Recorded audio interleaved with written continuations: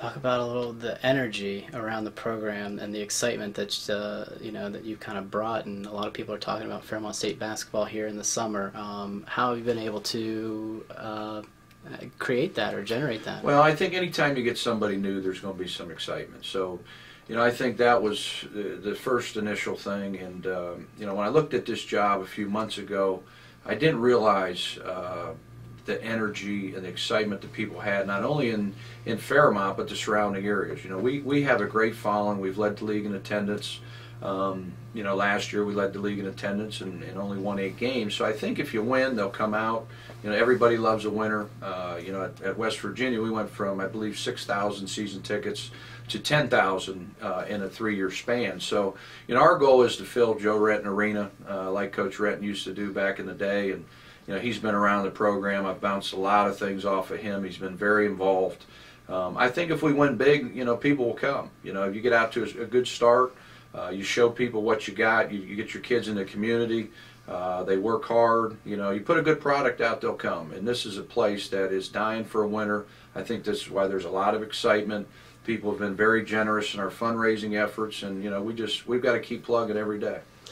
All right, you've been a head coach for almost 2 months, like we said. What's one thing that you did not know, that you found out that you didn't know? That's a good question. I was with Coach Huggins a couple weeks ago at a fundraiser down in Beckley, and he kind of asked me that same question. And probably the biggest thing that I've learned just in the 45 days that I've been on the job is the fundraising aspect of it.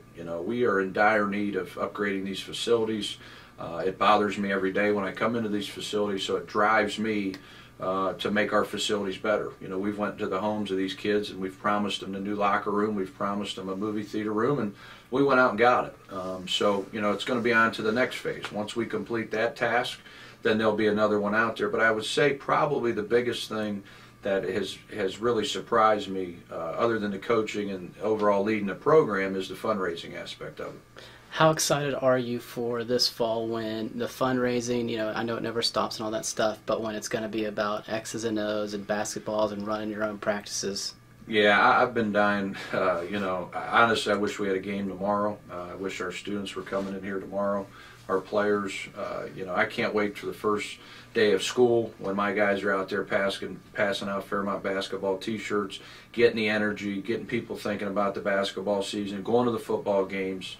Supporting Coach Lopez. He's become a good buddy of mine, and watching them and then leading into basketball. I think it's in the fall. It becomes very you get a little bit impatient because it's right around the corner. But I'll be very excited when that time comes and November 16th rolls around for a tip-off, and hopefully we come out and there's 4,000 people in the stands.